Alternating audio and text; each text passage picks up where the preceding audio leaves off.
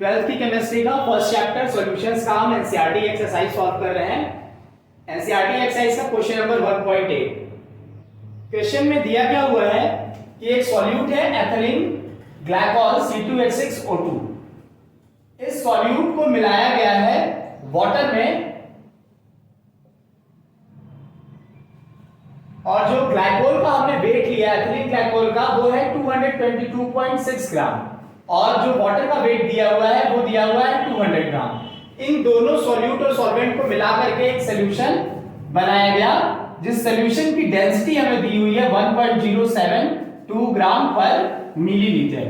हमसे क्या पूछा है? Molarity of this new solution S and molarity of this new solution S।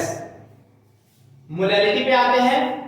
Molarity का फॉर्मूला क्या होता है? Number of moles of solute, इस केस में एथिलीन ग्लाइकॉल है C2H6O2 और weight of solvent in kg। तो number of moles of ethylene glycol क्या हो जाएगा? Weight of ethylene glycol divided by it's molecular weight.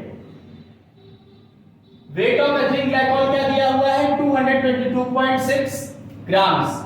Molecular weight C2H6O2 का कितना होता है? 62।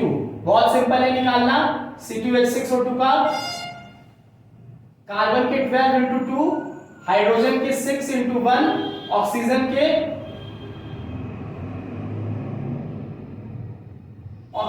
16 इंटू 2।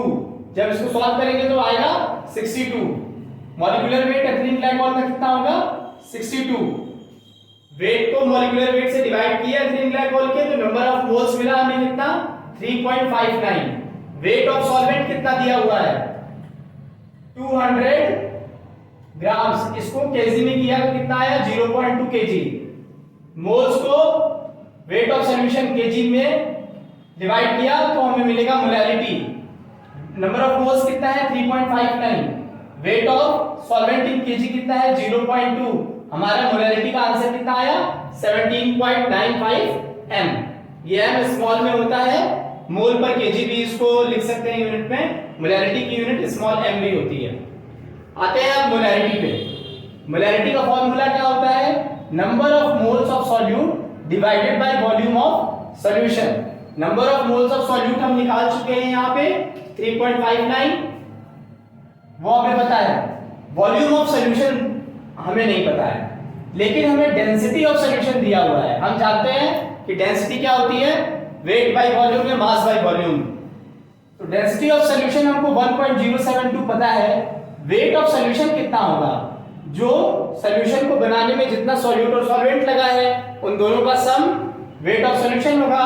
तो सॉल्यूट कितना लगा है? 222.6 ग्राम्स और सॉल्वेंट लगा है 200 ग्राम। तो ये हो गया 222.6 plus 200 grams. Weight of solution is equal to 422.6 grams. Volume of solution हमें नहीं पता है पर डेंसिटी पता है 1.072।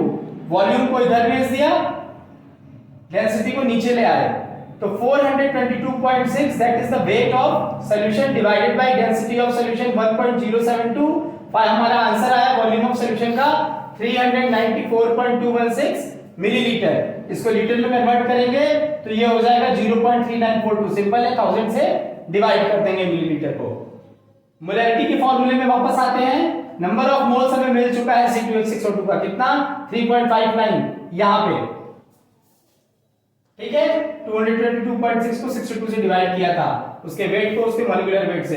तो एथिलीन ग्लाइकॉल का नंबर ऑफ मोल्स मिल चुका है 3.59। वॉल्यूम ऑफ सॉल्यूशन मिल चुका है 0.3942 लीटर। जब इसको सॉल्व करेंगे तो मोलैरिटी की वैल्यू आएगी 9.107 मोल्स पर लीटर या कैपिटल M जो मोलैरिटी का सिंबल होता है।